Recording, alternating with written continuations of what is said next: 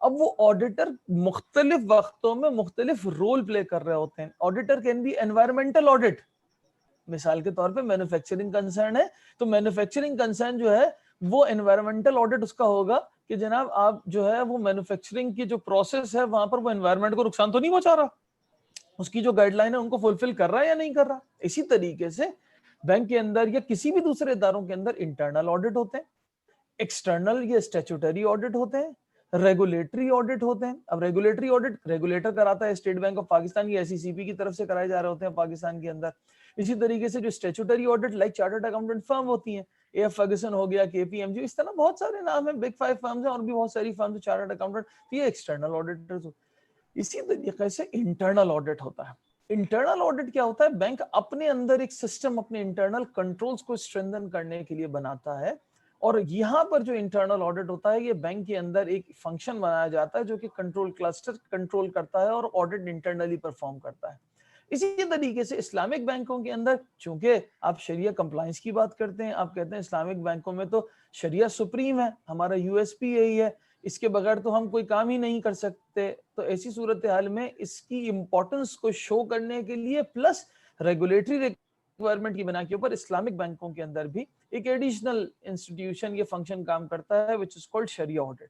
اس شریعہ آڈٹ کا کام کیا ہوتا ہے کہ یہ بینک کی جو شریعہ کے متعلق پالیسیز گائیڈ لائنز ہوتی ہیں وہ پلس جو شریعہ سپروائزری بورڈ یا RSBM کی طرف سے ایشوڈ کردہ گائیڈ لائنز ہوتی ہیں وہ, یا اسٹیٹ بینک یا ریگولیٹرز کی طرف سے جاری کردہ جو گائیڈ لائنز ہوتی ہیں ان کے تحت یہ ادارہ اور اس کی پروڈکٹس اور ان کے پروسیسز کام کر رہے ہیں یا نہیں ہیں, ان کے تحت یہ ایگزامینیشن کرتا ہے بینک کے جو فائنینشیل میٹرز ہیں اور آپریشنل میٹرز ہیں ان کا, اور اس کے اوپر ایک اوپینین فارم کرتا ہے. اور اوپینین کیا فارم کرتا ہے, یہ بھی بڑی اہم بات ہے. اوپینین یہ نہیں ہے کہ میرے خیال میں سب صحیح ہے, میرے خیال میں سب غلط ہے. اوپینین یہ فارم ہوتا ہے کہ جناب وی بلیو کہ یہاں پر جو ہے جو ہم نے ٹیسٹنگ پروسیجر اختیار کیا ہے, اس ٹیسٹنگ پروسیجر کے نتیجے کے اندر ہمیں یہ محسوس ہوا کہ یہ چیزیں صحیح ہیں اور ان چیزوں میں کمی ہے. اچھا, اگر کسی جگہ کے اوپر خرابی پائی گئی تو خرابی کے دو طریقے ہو سکتے ہیں.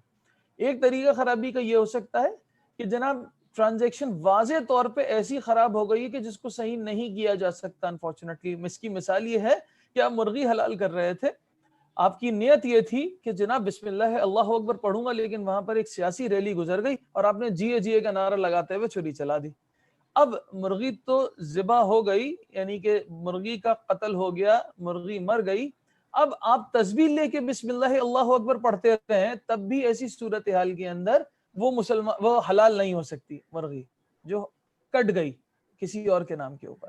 تو اب یہ اسی طریقے سے کچھ مالی معاملات کے اندر کچھ کام ایسے ہو جاتے ہیں جن کا ریورسل یا ریکٹیفیکیشن پاسبل نہیں ہے. ایسی صورتحال میں اس سے حاصل ہونے والی آمدنی کے متعلق پھر فیصلہ کیا جاتا ہے کہ اس کا کیا کیا جانا ہے. دوسری طرف کچھ ٹرانزیکشن ایسی ہوتی ہے جن میں ریکٹیفیکیشن کا چانس ہوتا ہے, معمولی سی غلطی خرابی یا چیز ایسی ہوتی ہے اس کی تصحیح کی جا سکتی ہے, صحیح کیا جا سکتا ہے. تو یہاں پر شریعہ آڈٹ ریکمینڈ کرتا ہے کہ جی آپ ایسا کیجئے, مفتیان کرام کی زیر نگرانی اس کو صحیح کروائیے ٹرانزیکشن کو, تاکہ اس کا منافع جائز اور حلال ہو سکے. تو بیسکلی اسلامک بینک کے آڈٹ کے اندر جو شریعہ آڈٹ کی آپ بات کریں تو شریعہ آڈٹ جو ہے اسلامک بینک میں وہ یہ کام کرتا ہے کہ وہ شریعہ کی بتائی ہوئی گائیڈ لائنس کے مطابق آڈٹ کرتا ہے اور اس کا ایک اوپینین دیتا ہے. اس کے برخلاف کنونشنل بینکوں کے اندر اس قسم کے آڈٹ کا کوئی وجود ہی نہیں ہوتا, کیونکہ وہ تو کوئی بات ہی نہیں ہے. ان کا آڈٹ جو ہوتا ہے وہ پیورلی انٹرنل آڈٹ ہوتا ہے, بینک کی جو انٹرنل جو بھی پالیسیز بنی ہوتی ہیں یا ریگولیٹر کی وہ اس کے تحت ایویلیویٹ کر رہا ہوتا ہے. صحیح. اچھا فرحان صاحب, آپ نے آڈٹ کا جو آرڈنری آڈٹ ہے اور اس کی مختلف ٹائپس کا بڑا ڈیپتھ میں بتایا ہے. اب کچھ وہ ٹولز ہوتے ہیں جیسے آڈٹ کے کچھ پرنسپلز ہیں, کچھ ٹولز ہیں, کچھ گائیڈنگ پرنسپلز ہیں, تو شریعہ آڈٹ میں کون سے ٹولز ہیں اور کون سے اس کی گائیڈنگ پرنسپلز ہیں جن کا خیال رکھا جاتا ہے؟ جی دیکھیے, بہت سارے ٹولز استعمال کیے جاتے ہیں کام کرنے کے لیے. مثال کے طور پہ میں آپ کو بتاؤں کہ ہمارے یہاں رسک بیسڈ آڈٹ اپروچ ہے. اچھا, یہ جو ٹولز ہیں یہ آڈٹ کے ٹولز ہیں, ذہن میں رکھیے گا. ٹولز کیا ہیں؟ ٹولز آڈٹ کے ٹولز ہیں. میں جس کی بات اس طرح کروں کہ جناب میں پھر وہی مثال دیتا ہوں لیپ ٹاپ کی, پی سی کی, کہ پی سی کے اندر آپ کے پاس MS آفس بھی موجود ہے, آپ کے پاس PDF بھی موجود ہے, آپ کے پاس VLC پلیئر بھی موجود ہے. اب یہ تینوں چیزیں آپ کے پاس فرض کیجئے ڈیفرنٹ سافٹ ویئرز موجود ہیں جو کہ کام کر رہے ہیں. تو یہ ٹول تو اب اگر میں مثال کے طور پہ VLC پلیئر ہے, اب یہ پلیئر جو ہے وہ میں ایک دینی علمی بیان تفسیر سننے کے لیے بھی استعمال کر سکتا ہوں اور ایک فلم دیکھنے کے لیے بھی استعمال کر سکتا ہوں، لیکن یہ ہے تو ٹول نا اٹ سیلف. تو ٹول دونوں طرف کے سملر ہیں. جس طریقے سے آڈٹ کے اندر، audit is you can say it's an art, ایک ایسا کام ہے جس کی ایک ایسی اسکل ہے جس کو آپ ایکوائر کرتے ہیں، سیکھتے ہیں کہ آڈٹ کیسے کرنا ہے. ایک میتھڈولوجیکل پروسیجر ہے جو آپ کو اختیار کرنا پڑتا ہے آڈٹ کرنے کے لیے. اٹ از ناٹ جسٹ کہ جی بچپن سے ہی میں جو ہے جاسوسی کے ناول پڑھتا تھا تو میں بہت اچھا آڈیٹر بن گیا، ایسا نہیں پاسبل ہے. آڈٹ کے لیے ایک میتھڈولوجی اختیار کرتے ہوئے ایک پروسیجر اختیار کرنا پڑتا ہے اسٹیپ بائی اسٹیپ، جس کے بعد آپ اینڈ پہ کسی کنکلوژن کی طرف آتے ہیں. تو بہت سارے ٹولز ہیں. ان ٹولز کے اندر جناب آپ کے پاس کیا ہے، پلاننگ کا فیز ہے کہ آپ پلان کر رہے ہوتے ہیں کہ یار کوئی بھی کام کرنے کے لیے مجھے پلاننگ ضروری ہے. اچھا جب پلاننگ کرتے ہیں تو پلاننگ میں ایک امپورٹنٹ بات یہ ہوتی ہے کہ آپ ریسورس ایلوکیشن بھی کرتے ہیں کہ مجھے ریسورسز کتنے چاہیے ہوتے ہیں اس کام کو کرنے کے لیے. اس سے آگے جب آپ آتے ہیں تو پری آڈٹ ورکنگ ہوتی ہے. ایسا نہیں ہوتا کہ آپ جو ہوتے ہیں، اس کی مثال سمجھ لیجئے کرکٹ میچ ہو رہا ہے. اب جناب کراچی اور لاہور کے درمیان اگر میچ ہونا ہے تو کراچی کی ٹیم یا لاہور کی ٹیم دوسری ٹیمز کے متعلق پلیئرز کے لیے میچ میں جانے سے پہلے کچھ ورکنگ کرے گی، ایک ایک پلیئر کو اسٹڈی کرے گی، دیکھے گی کہ یہ کیا چیز ہے، تاکہ ان کی جو خامیاں ہیں ان کو پکڑا جائے اور جو ان کی اسٹرینتھ ہے اس کے اوپر ویسا کھیل نہ کھیلا جائے. اسی طریقے سے یہاں پر کیا کیا جاتا ہے کہ جب آپ پلان کرنے کے بعد پری آڈٹ ورکنگ کرتے ہیں تو جو آپ کو ایریاز اپیرنٹلی رسک میں زیادہ محسوس ہو رہے ہوتے ہیں، ہائیلی رسکی محسوس ہو رہے ہوتے ہیں، آپ ان کے اوپر زیادہ فوکس کرتے ہیں. پھر آپ ٹیکنیک کون سی لگاتے ہیں، سیمپلنگ کرتے ہیں یا آپ رینڈم سیمپلنگ ہوتی ہے اس کے اندر، یا آپ 100% آڈٹ سیمپل لے رہے ہوتے ہیں. یہ مختلف ٹیکنیکس ہیں. اس کے بعد آڈٹ پروسیجر ہوتا ہے. آڈٹ پروسیجر کئی طرح کے ہوتے ہیں ڈیپینڈنگ اپون. بعض مرتبہ آپ ڈاکیومنٹس دیکھ کے اندازہ لگاتے ہیں، بعض مرتبہ سسٹم کے تھرو اندازہ لگاتے ہیں، بعض مرتبہ آپ کی فزیکل کلائنٹ سے میٹنگز ہوتی ہیں، آپ بعض مرتبہ فیکٹریز اور بزنسز کو وزٹ کر رہے ہوتے ہیں. اچھا یہ کرنے کے بعد پھر آپ کچھ ایویڈنس کلیکشن ہوتی ہے. اب کیا چیز ایویڈنس ہے، یہ بھی ایک میتھڈولوجی ہے. کیا چیز ایویڈنس ہے مطلب بعض مرتبہ سگریٹ کی ڈبی کے پیچھے خالی لکھی ہوئی ایک پرچہ جو ہے یہ بھی ایک ایویڈنس ہے، اور بعض مرتبہ کمپیوٹر پر چھپی ہوئی شیٹ بھی کسی کام کے نہیں کیونکہ وہ جعلی ہے. تو ایسی صورتحال میں یہ مختلف ٹولز استعمال کرتے ہوئے، مختلف فیزز آف آڈٹ پہ مختلف ٹولز استعمال کرتے ہوئے we come up with the result جس کو in the form of a formal report دیا جاتا ہے. اچھا اس میں ایک امپورٹنٹ، سب سے امپورٹنٹ ایلیمنٹ کیا ہے، وہ ہے رسک بیسڈ آڈٹ اپروچ. ایک ہوتی ہے کہ آپ ہائی لائٹ کرتے ہیں، آئیڈینٹیفائی کرتے ہیں کہ میں نے کس طرح کا رسک ہائی لائٹ کرنا ہے، دیکھنا ہے کس جگہ پہ کتنا رسک ہے. جدھر آپ کو رسک زیادہ محسوس ہوگا اس جگہ کے اوپر آڈیٹر کا فوکس زیادہ ہوگا. اس کو سمجھانے کے لیے، آسان کرنے کے لیے، کیونکہ بہت سارے ہمارے جو ویورز ہوں گے وہ ہو سکتا ہے کہ آڈٹ کی فیلڈ سے وابستہ نہ ہوں، تو ان کو بتانے کے لیے میں صرف یہ کہوں گا کہ جیسے اس کو مثال اس طریقے سے سمجھ لیجئے کہ آپ اگر جو ہے وہ ایک کسی بھی جگہ کے اوپر، میں اس کی مثال یہ دیکھ لیتا ہوں کہ فرض کیجئے کیش، اگر فرض کیجئے کیش کو چیک کرنا ہے آپ نے کہ کیش والی جگہ کے اوپر صحیح ہے، تو وہاں پر آپ سمجھ لیجئے کہ اگر تو پالیسی موجود ہے، کوئی بنی ہوئی ہے، تو اس کا مطلب کوئی کنٹرول موجود ہے. پالیسی ہے ہی نہیں کسی کے کیسے کیش کو مینج کرنا ہے، تو اس کا مطلب سسٹم ویک ہو گیا. نمبر 2، پالیسی تو موجود ہے لیکن اس پہ عمل درآمد نہیں ہو رہا، تو بھی ویکنس ہے. پالیسی موجود ہے اور اس پہ عمل درآمد بھی ہو رہا ہے، اس کا مطلب رسک کم ہو گیا. نمبر 3، ایک ہی آدمی ہے جس کی انٹیگریٹی کے اوپر ریلائی کیا جا رہا ہے. جی آدمی بہت شریف، اچھا دیندار شریف آدمی، اچھے خاندان کا ہے، تو ہم اسی پہ بھروسہ کر رہے ہیں. اب انڈیویجول کی انٹیگریٹی پہ ریلائنس جو ہے یہ سسٹم کی ویکنس ہو گئی. اٹ مینز کہ یہاں پر حالات شاید صحیح نہیں ہو سکتے. دونوں باتیں ہو سکتی ہیں لیکن یہاں پر آپ تھوڑا رسک بڑھا دیں گے. اسی طریقے سے کیا اس آدمی کے اوپر میکر اور چیکر کا کنسپٹ وہاں موجود ہے کہ ایک آدمی جو بنا رہا ہے میکر ہے وہی چیکر نہیں ہے، بلکہ اس کے اوپر ایک دوسرا چیکر موجود ہے تاکہ کاؤنٹر چیکنگ اور کنٹرول موجود ہے. کیا یہ کنسپٹ موجود ہے؟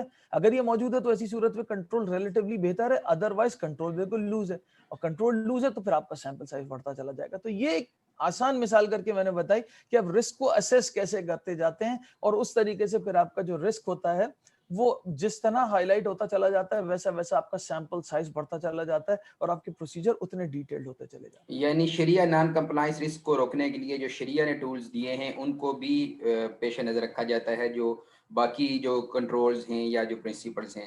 اچھا جی اس میں ایک بات کہہ لیں، اس کو متھ کہہ لیں، اس کی ریالٹی کہہ لیں، یہ تو اب آپ بتائیں گے. عام طور پہ جو جنرل پبلک میں کچھ لوگ یہ کہتے ہیں جی کہ جو شریعہ بورڈ ہے یا شریعہ کمپلائنس ڈپارٹمنٹ ہے یا شریعہ آڈٹ ہے، اب ہم چونکہ اسپیسیفکلی شریعہ آڈٹ کی بات کر رہے ہیں تو وہ کہتے ہیں چونکہ جی یہ پیڈ بائی بینک ہوتے ہیں تو یہ بھی ہو سکتا ہے کہ جو یہ جان کے اگنور کر دیں نان شریعہ کمپلائنٹ ایلیمنٹ کو.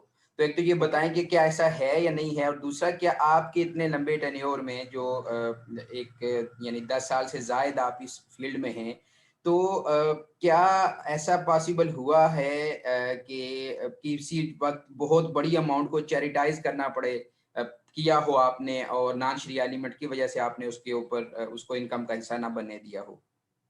جی بہت اچھا سوال کیا آپ نے، اور یہ بات میرے خیال ہے ہمیں سوچنے کے بعد بھی تھوڑی دیر کے لیے دوبارہ سوچنا چاہیے کہ چلیں آپ پریکٹیشنرز پہ تو کچھ بھی کہہ سکتے ہیں، لیکن یہ بات آپ جانتے ہیں کہ ہمیں عام آدمی کی، عام مسلمان کی حیثیت سے ایک گناہ جو ہوتا ہے اس کا پتہ ہے کہ گناہ کرنے کے اوپر کیا کیا سزائیں موجود ہیں. دوسری طرف جب خدا نہ خواستہ دین کے نام کے اوپر فرض کریں کسی چیز کو، اگر حرام چیز کو حلال کر کے بیچنا کس قدر شدید گناہ ہے، کس قدر شدید گناہ ہے. تو جب مجھے اور آپ کو اس بات کا علم ہے تو کیا وہ مفتیان کرام جنہوں نے اپنی زندگی دین کے لیے وقف کی ہے، وہ علماء کرام جنہوں نے اپنی زندگی دین کے لیے وقف کی ہے، وہ چاہتے تو وہ کاروبار بھی کر سکتے تھے، وہ چاہتے تو ہماری طرح نوکریاں بھی کر سکتے تھے، وہ چاہتے تو کوئی اور کام کر سکتے، کیونکہ رزق دینے کی ذات تو اللہ کی ہے. اللہ سبحانہ و تعالیٰ نے جو بھی رزق نصیب میں لکھا وہ ان کو ملتا. تو وہ اس فیلڈ کے اندر اپنی زندگی لگا کے صبح سے شام محنت کر کے، راتوں کو محنت کر کے، جس طریقے سے، اور علماء کرام کا شیڈیول جو حضرات نہیں جانتے ان کے لیے میں بتا رہا ہوں کہ آپ کے اور میرے شیڈیول سے بہت زیادہ ٹف ہوتا ہے. کوئی دن کی چھٹی نہیں ہوتی. اگر ہم یہ سمجھتے ہیں کہ ہاں بھائی ہفتے میں 1 دن 1.5 دن 2 دن آف مل جاتا ہے انہیں، تو 1 دن آف نہیں ہوتا. اور علماء کرام کا شیڈیول آپ سے مجھ سے بہت زیادہ ٹف ہوتا ہے. تو کبھی بھی ایسا پاسبل نہیں ہے، میں نہیں مانتا کہ کوئی عالم دین اور مفتیان کرام میں سے کوئی شخصیت ایسی ہوں جو کہ جو ہے وہ خدا نہ خواستہ دنیا کو یہ بتائیں کہ جی آخرت کی اہمیت دنیا کے مقابلے میں کتنی ہے، اور اس کے بعد خود دنیا کا انتخاب کر لیں. ایسا پاسبل میرے نزدیک تو نہیں ہے. لیکن بہرحال انسان کمزور ہے، ہو سکتا ہے یہ باتیں ہوں. تو اس کے لیے کیا کیا ہو سکتا ہے کہ کسی کے ذہن میں ایسی اس باتوں کے لیے، وہ میں نے جو شروع میں بات بتائی کہ کنٹرولز اسٹرانگ کیسے کیے جاتے ہیں، سسٹمز بنائے جاتے ہیں. سسٹمز بنانے کے لیے کیا کیا جاتا ہے کہ آپ کے پاس ریگولیٹر موجود ہے. ریگولیٹر نے شریعہ گورننس فریم ورک کے نام سے پاکستان میں اور دنیا کے اندر بھی کئی جگہ ایسی پالیسیز اور ایسے معاملات بنائے ہوئے جن کے تحت ان باتوں کو انشور کیا جاتا ہے کہ اس قسم کے معاملات نہ ہوں. ایسا نہ ہو کہ مینجمنٹ ان معاملات کی وجہ سے کسی چیز کے اوپر پریس کرے شریعہ سپروائزری بورڈ کو، یہ شریعہ کے کسی فنکشن کو، کہ جس کی بنا کے اوپر ان کا ڈیسیشن باعث ہو جائے خدا نہ خواستہ. اور اس کے اوپر چیکنگ کیسی ہے؟ اس کے اوپر چیکنگ جو ہے وہ ریگولیٹری آڈٹ کی صورت میں ہے. اس کے اوپر چیکنگ ایکسٹرنل شریعہ آڈٹ کی صورت میں بھی ہے. تو ایسی صورتحال کے اندر یعنی کہ یہ جو سارے کام اور پروسیس اور میکینزم ہیں، ان کے اوپر بھی فردر چیکس موجود ہیں کہ اس طرح کوئی ہے نہیں کہ چھننے میں سے چیزیں نکل کے چلی جائیں. دوسری بات، یہ فنکشنز کے لیے کیا کیا گیا کہ جیسے شریعہ کمپلائنس ہے، تو جناب شریعہ کمپلائنس کو اس بات کے لیے کہ تاکہ مینجمنٹ کے زیر اثر نہ رہے، شریعہ گورننس فریم ورک کے تحت ان کی رپورٹنگ لائن کی گئی شریعہ سپروائزری بورڈ کو. شریعہ بورڈ کی پوزیشن سمجھے گا کہ بورڈ آف ڈائریکٹرز اگر ادھر ہے تو شریعہ سپروائزری بورڈ اس کے ساتھ موجود ہے، یعنی کہ مینجمنٹ نیچے ہے تو شریعہ سپروائزری بورڈ اوپر ہے، بورڈ آف ڈائریکٹرز کے ساتھ ہے. اور شریعہ کمپلائنس کی رپورٹنگ جو ہوتی ہے وہ شریعہ سپروائزری بورڈ کو ہے. اور اسی طریقے سے شریعہ آڈٹ کی رپورٹنگ بھی بورڈ آف ڈائریکٹرز کو ہے، مینجمنٹ کو نہیں ہے. تو ایک انڈیپینڈنس کا معاملہ بالکل موجود ہوتا ہے. دوسری بات یہ ذہن میں رکھیے گا کہ شریعہ سپروائزری بورڈ کے حضرات جو ہوتے ہیں وہ بینک کے ملازم تنخواہ والے نہیں ہوتے. یہ ایک مسکنسپشن ہے، ایسا نہیں ہے. جس طریقے سے ڈائریکٹرز بینک کے ملازم نہیں ہوتے، ان کو ایک بینگ اے ممبر کمپنسیشن دی جا رہی ہوتی ہے. تو ایسی صورتحال کے اندر اسی طریقے سے شریعہ بورڈ ممبرز کو بورڈ میٹنگ اٹینڈ کرنے کے اوپر ایک کمپنسیشن دی جا رہی ہو، آنریریا دیا جا رہا ہوتا ہے، لیکن وہ بینک کے ملازم تنخواہ دار نہیں ہوتے. یہ بات ذرا ہمیں تھوڑی سی سمجھ لینی چاہیے. آگے بات میں ایک امپورٹنٹ آپ نے پوچھا آج تک ایسا ہوا، تو میں آپ کو صرف ایک چھوٹی سی ایگزامپل دے دوں کہ کیا صورتحال ہے. الحمدللہ اللہ کا لاکھ لاکھ احسان ہے. وی at Meezan bank we are very clear from top to bottom. There is and inshallah there will be no compromise whatsoever whenever it comes to Sharia, inshallah. اب اس معاملے کے اندر مجھے ایک اچھے طریقے سے یاد ہے کہ آج نہیں الحمدللہ میری وابستگی میزان سے تقریباً 15+ سال کی ہو چکی ہے، تو میں آپ کو بتاؤں کہ بہت شروع کی بات ہے کہ آج سے بہت سال پہلے، میرے خیال ہے 10-12 سال 13 سال پہلے کی بات ہے، کہ اس زمانے میں ہم نے پوری انڈسٹری جو شوگر کین فائنینسنگ تھی گنے کے لیے، شوگر کریشنگ سیزن جو ہوتا ہے شوگر کین کا، گنے کا، تو کریشنگ سیزن کے اندر ہم نے گنے کی فائنینسنگ کی اور فائنینسنگ کرنے کے بعد اس کا مرابحہ کیا. جو حضرات مرابحہ جانتے ہیں وہ جانتے ہیں کہ اس کے اندر وقت کی کتنی اہمیت ہے، کہ چیز کا موجود ہونا استعمال کے دوران اور سیل پرچیز کے دوران ضروری ہے.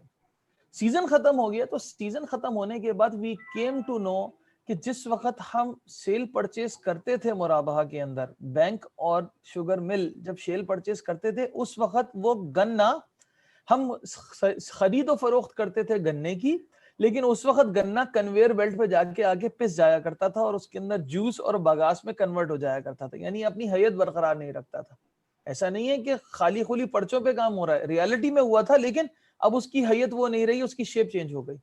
اس شیپ چینج ہونے کی بیس کے اوپر چونکہ ہم گنے کا مرابحہ کر رہے تھے تو وہ پاسبل نہیں تھا، صحیح نہیں تھا اس کے لیے، کیونکہ ہمیں ہفتے کے بعد 10 دن کے بعد وہ پرچے آتے تھے کہ اتنا گنا خریدا ہے. تو اٹ واز ریئلائزڈ کہ جناب یہ ٹرانزیکشن صحیح نہیں ہے، اور پورے سیزن کا تمام شوگر مل سے کمایا ہوا مرابحہ کا profit which was in millions of rupees, it was given in charity. یہ میں ایک مثال دے رہا ہوں. پورے سیزن کا تمام شوگر ملز کا کمایا ہوا profit which was in millions, it was given in charity. Just to make sure کہ الحمدللہ ہم جس چیز کے اوپر قائم ہے، جو ہمارا گراؤنڈ ہے، اس گراؤنڈ کے اوپر کوئی کمپرومائز نہ ہو. اور الحمدللہ ثم الحمدللہ آئی مسٹ سے کہ اللہ سبحانہ و تعالیٰ نے آج اس 12-15 سال پہلے کے مقابلے میں ہمارے بینک کو، ادارے کو، اس میں ایک بہت بڑی وجہ جو obviously میں کہوں گا کہ besides other things اللہ سبحانہ و تعالیٰ کو خاص کرم اور برکت جو ہے اس کی وجہ یہی ہے کہ کبھی بھی الحمدللہ from top to bottom, starting from the top, that is our president Mr. Irfan Siddiqui, کہ کبھی بھی ان معاملات کے اندر he is the first person to say کہ 1 روپیہ اس قسم کا ہمیں نہیں چاہیے. اور یہی وجہ ہے کہ الحمدللہ آج آپ دیکھ سکتے ہیں کہ میزان بینک نہ صرف پاکستان میں بلکہ گلوبلی اسلامک فائنینشیل انسٹیٹیوشنز کی فہرست میں among the top مانا جاتا ہے اور دیکھا جاتا ہے. That is the core. کہ میں دوسروں کو بھی یہ کہوں گا کہ ہم جو ادارے ہمارے ہیں، بھلے ہم ذاتی دکان چلا رہے ہوں، کوئی بھی معاملات کر رہے ہوں، اپنے ذاتی معاملات ہوں، کاروباری معاملات ہوں، میں وٹنس ہوں اس بات کا کہ اگر آپ نے اللہ سبحانہ و تعالیٰ کے راستے کو پکڑا تو برکت کہیں نہیں جاتی، کہیں نہیں جاتی، انشاءاللہ وہ آپ کے پاس آئے گی. صحیح. آخری حصے میں جو ہماری یوتھ ہے اور جو اسٹوڈنٹس ہیں، چونکہ ہم جو زیادہ جو ہمارا کام ہے وہ یوتھ امپاورمنٹ کے حوالے سے ہم فوکس کرتے ہیں، تو اسٹوڈنٹس کے لیے پہلے بتائیے کہ شریعہ آڈٹ میں کون سے ریسرچ ایریاز ہیں جس پہ کام کرنے کی ضرورت ہے، اور اسی طریقے سے جو یوتھ ہے اور جو گریجویٹس ہیں ان کے لیے آگے شریعہ آڈٹ میں کیریئر کی کیا مواقع ہیں، آگے وہ کس طریقے سے کن چیزوں کے اوپر فوکس کریں اور وہ شریعہ آڈٹ میں اپنے آپ کو کل کیریئر بنا سکتے ہیں. دیکھیں، کسی بھی فیلڈ کو جوائن کرنے سے پہلے میرا چند جو مشورے ہوتے ہیں یوتھ کو، because I am also part of academia, مختلف تعلیمی اداروں سے بھی میری وابستگی ہے، تو میں آپ کو بتاؤں کہ سب سے پہلی چیز آپ اپنا انٹرسٹ دیکھیں. آپ کا شوق، آپ کا ذوق جو ہے وہ اس سے مطابقت کون سا رول رکھتا ہے. اگر میں ایک سمجھانے کے لیے بات کہتا ہوں کہ اگر آپ کو شاعری پسند ہے تبھی آپ اچھے شاعر بن سکتے ہیں. یہ نہیں ہے کہ احمد فراز صاحب کتنے مشہور ہو گئے، یہ میر تقی میر اور میر غالب کی کیا صورتحال ہے کہ آج بھی علامہ اقبال جیسے قومی شاعر بننے کے لیے میں شاعری شروع کر دوں. اگر یہ سوچ کے شروع کریں گے تو آپ شاید گلی محلے کے شاعر بھی نہیں بن سکیں گے. لیکن اگر آپ کے پاس ویژن ہے اور آپ کے پاس ایک جسے کہتے ہیں کہ ایک فائر ہے، تو ایسی صورتحال کے اندر پھر nobody is gonna stop you انشاءاللہ. تو سب سے پہلی چیز، اگر آپ چاہتے ہیں، آپ کا مقصد کیا ہے؟ آپ کا مقصد اگر یہ ہے کہ مجھے ایک بڑی تگڑی سی نوکری مل جائے گی انشاءاللہ، اچھی تنخواہ ملے گی، میرا دنیا کے اندر واہ واہ ہوگی، شاید آپ کو مل جائے، لیکن تھوڑا سا چانس کم ہو جائے گا. لیکن اس کے برخلاف اگر آپ کہتے ہیں کہ جناب بات یہ ہے کہ یہ وہ نظام ہے جو کہ اللہ سبحانہ و تعالیٰ کا نظام ہے، اور باطل نظام کو ختم کرنے کے لیے اللہ سبحانہ و تعالیٰ کا نظام لانا ضروری ہے، اور اس نظام کو لانے کے لیے اس کے کنٹرولز، اس کے پلرز، اس کے سسٹم کو اسٹرانگ کرنا ضروری ہے. اور میں اس سسٹم کے پلرز کو، اس سسٹم کی جو فاؤنڈیشن ہے اس کو اسٹرانگ کرنے کے لیے، اسٹرینتھن کرنے کے لیے اپنا چھوٹا سا ٹوٹا پھوٹا جیسا بھی رول ہے وہ میں کوشش کر کے بھرپور طریقے سے ادا کروں گا. تو ایسی صورتحال کے اندر پھر سورہ بقرہ کے تحت آپ اللہ سبحانہ و تعالیٰ اس کے رسول صلی اللہ علیہ وسلم کی فوج میں شامل ہو جائیں گے.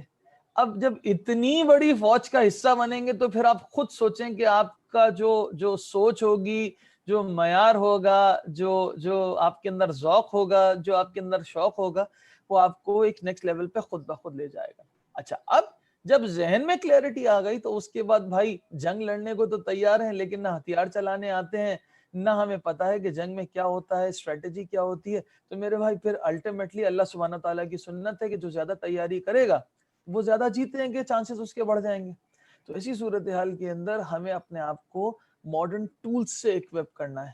تعلیم نہ صرف حاصل کرنی ہے بلکہ یہ ٹولز ایکوائر کرنے ہیں کہ کیا ٹولز ہیں، سسٹمز کیا ہیں، اور ان کے اندر اصلاحات و بہتری لے کر آنی ہے. آپ یہ ہماری آڈینس جان کے خوش ہوگی کہ الحمدللہ جب ہم یہاں موجود تھے، شروعات ہوئی ان فنکشن کی ہم نے، تو ایسی صورتحال کے اندر ہم لوگ جو تھے obviously بہت اسٹارٹنگ تھا، ہم نے علماء کرام کی بتائی ہوئی گائیڈ لائنز سے، ہم نے جو ان کی کتابیں تھیں ان سے چیزیں لے کے شروع کی، اور آج الحمدللہ اس لیول پہ پہنچ گئے ہیں کہ ماشاءاللہ ثم ماشاءاللہ آپ کے ملک سے، آپ کے ملک کے ایک بینک کو ایک گلوبل آرگنائزیشن جس کا نام AOFI ہے، accounting and auditing organization for Islamic financial institution, ان کی طرف سے یہ دعوت دی گئی کہ شریعہ آڈٹ کے سلسلے میں اسٹینڈرڈ AOFI کا آپ بنا کے دیں، کیونکہ ماشاءاللہ آپ لوگوں نے جو چیزیں ڈیولپ کی ہیں یہ ہم چاہتے ہیں کہ پوری دنیا کے اندر ایک اسٹینڈرڈ کے طور پہ آئیں.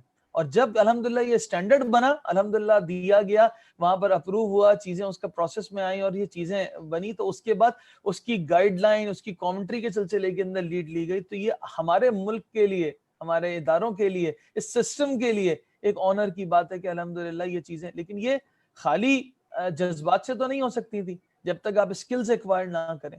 تو اسکلز ایکوائر کریں، سب سے پہلے آپ کا ویژن درست ہو، اس کے بعد آپ ڈیو اسکلز ایکوائر کریں، ایفرٹس کریں، تو اس کے بعد اللہ سبحانہ تعالیٰ برکت دیتے ہیں، آپ ترقی بھی کرتے ہیں، آگے بھی بڑھتے ہیں. اور اس سلسلے کے اندر ذہن میں رکھیں کہ یہ ریکوائرمنٹ جس طریقے سے اسلامک بینکنگ انڈسٹری گرو کر رہی ہے، تو ایسی صورتحال کے اندر یہ الائڈ فنکشنز بھی اس کے ساتھ ساتھ نہ صرف گرو کر رہے ہیں بلکہ اس میں ایک اور امپورٹنٹ ایلیمنٹ، اور وہ یہ ہے کہ now it has become a regulatory requirement to have a شریعہ آڈیٹر. تو جب ریگولیٹری ریکوائرمنٹ ہو گئی تو ریگولیٹری پوزیشن کریٹ ہو گئی، تو ایسی صورتحال میں لا محالہ اگر کوئی نہیں بھی چاہے تو بھی اس کو یہ پوزیشن کریٹ کرنی اور رکھنا ہے. تو اس بنا کے اوپر فیوچر بہت پازیٹیو ہے، بہت اچھا ہے. اور ایسی صورتحال کے اندر I see a great demand of learned شریعہ آڈیٹرز، صرف شوقین لوگ نہیں، لرنڈ شریعہ آڈیٹرز جن کے پاس ٹولز ہیں اور جو یہ کام کرنا چاہتے صرف نہیں ہیں بلکہ جانتے بھی ہیں کہ کام کیسے کرنا ہے. تو it is a combination of two things. You need to be a good auditor, آپ کو آڈٹ کرنا آنا چاہیے. Number 2، you need to have thirst for Islamic finance and you are a learned Islamic banker.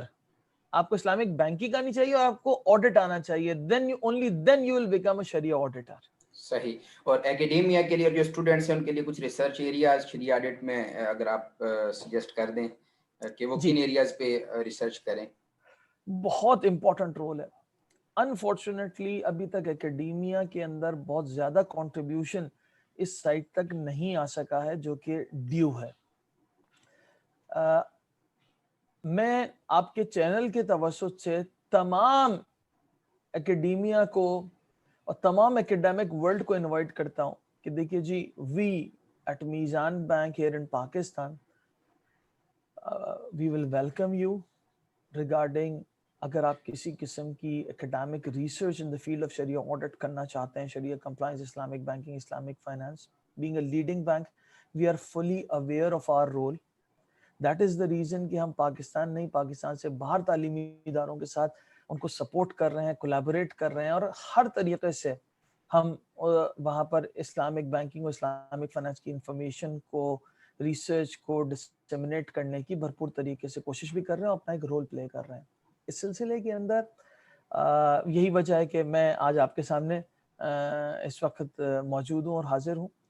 اسی طریقے سے اب ہمیں نہ صرف پروسیس ریفائنمنٹ، ایک کام کیا کرنا ہے کہ یہ کام جو شریعہ آڈٹ کا ہے اس کے اندر مختلف جو پروڈکٹس ہیں، ابھی تک ہم کیا کر رہے ہیں کہ اکیڈیمیا کا کام یہ ہے کہ وہ پروڈکٹس کے اوپر ایک کریٹیکل ویوز تو پریزنٹ کر دیتے ہیں، لیکن میں یہ کہتا ہوں کہ ان کریٹیکل ویوز کے ساتھ جو کنٹرولز ہیں ان کو اسٹرینتھن کرنا اور ان کنٹرولز کو اسٹیبلش کرنے کے اوپر جو سجیشن اور ریکمنڈیشن اکیڈیمیا کی طرف سے آنی چاہیے ان میں مجھے کمی محسوس ہوتی ہے.